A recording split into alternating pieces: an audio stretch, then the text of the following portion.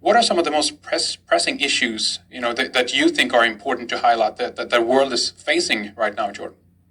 I think that probably one of the most important things that's happening to us today that worries me the most is that the human race is purposely, according to a well-laid scheme, the human race is purposely being mutated.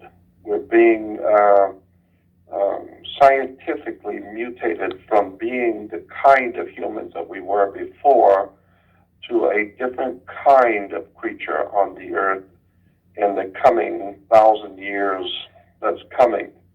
I don't think the human family, like we exist today, with parents and grandparents and human feelings and emotions, etc. I don't know for sure, but it appears to me that that's not going to be the case in the future, that the human family is going to be a completely different creation in the future. And that's what scares me the most, because the children will not be allowed to be children. There won't be any real emotions between people. We're being mutated out of our humanity and into some kind of a monstrosity of a creature that only responds to stimuli, only responds to orders. You can dream up the pictures of the poor people under Nazi Germany or under Stalin in Russia, in some kind of a fascist totalitarian world state. And that's not far-fetched, because we've had so many writers and authors talking about it, 1984 and Brave New World. Well, I think we've way past all of those stories now. I think we are seriously on the way to the mutation of the human family from being normal, regular human beings with caring and concern for each other and families. I don't think the human family arrangement is going to last a whole lot much longer. Right. And so I see that the entire Earth, the whole globe, is being commercially mutated, so that we will have lost all wisdom, knowledge, understanding, the love of history, the love of mystical secrets of the earth, all of the great and wondrous things that the earth has held as a mystery. The very heavens themselves are such a wonderful and beautiful mystery. Yeah.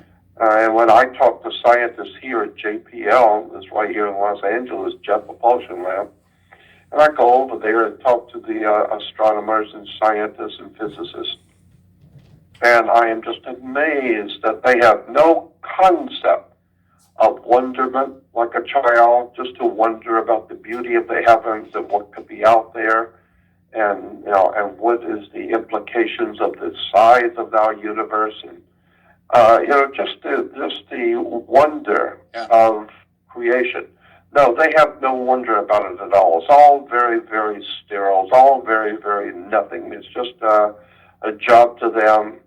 This star is named this and that, and it's part of this and that, and we work for the government, and the government gives us our contracts, and we don't give a damn about anything spiritual or philosophical or anything in the wonder of the universe. We don't give a damn about none of that. It's just all very, very sterile, very heartless, and therefore our science has given us, the world we live in today, which cares nothing for individual spirituality, cares nothing for family arrangements. It cares. The science today is nothing more than a religion. That's right. And I have often said that religion should be and could be a science, while on the other hand, science is a religion. We don't, in America especially, we're famous all over the world for having no scientists, zero. I think we've got maybe a handful, maybe 12 scientists in America. The rest are all on the payroll, all they do is what they're told to do. They get their checks from the government, Right. and they know what to say and what not to say. And if they open their mouth and question something that's out of place, like out of place artifacts or something very strange in science, if they bring that up, they will immediately be called into the office, relieved of their position. Their jobs are lost. Their paycheck is gone. No more grants from Gestapo or SS Gestapo. Right. The Führer in Berlin will see to it that they will no longer have a job, and they'll be chased out of town. So I sit with these scientists. I sit with authors and lecturers and teachers and astronauts and FBI agents and mafia officials. I've been all over the world. I sit and talk with people for the last 50 years. I know what's going on. And so I noticed something else that's very frightening in relation to the human race being mutated. Mm.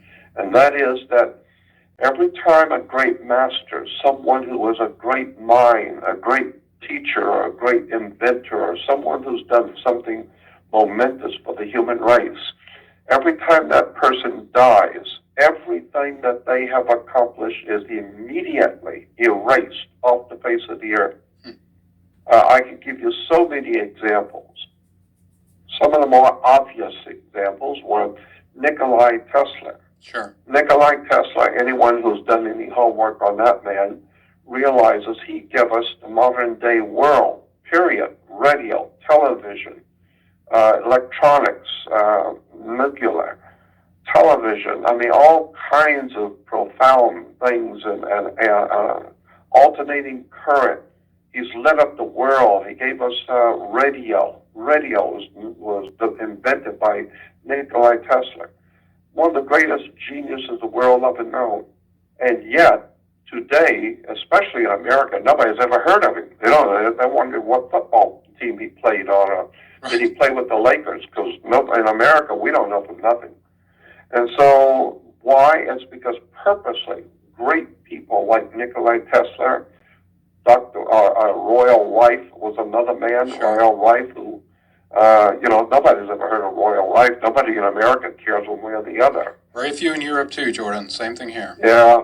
So it's very, very sad. Now, I could go down the line and name off great minds who have contributed awesome to the well-being of the human race, who actually are not only not known, but a little bit is known of them, are cursed and belittled and drugged through the dirt and are presented as enemies of the human race.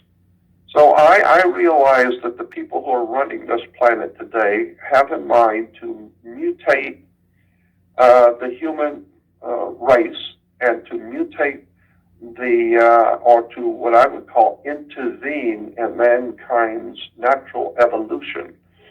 And we in America are now living under something called arrested development. We can no longer think. We can no longer use our minds to judge the rightness or the wrongness of anything because we have nothing to judge anything by. We're not educated.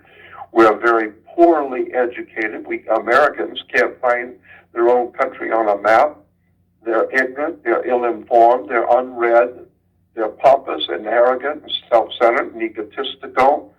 They're given to silliness, and it's just a horrible, horrible place to have to now operate in if you have a spirit and if you are intellectually inclined and spiritually inclined and have feelings. America is a horrible place to have to live now.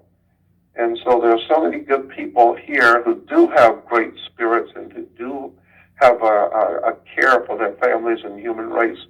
And they are confined to have to live now in a country that has no soul whatsoever. Mm. America is soulless. It has no value in anything. It's an incredible place to live today when you can talk to people about something of importance to the human family, and people would just look at you and stare at you. Yeah.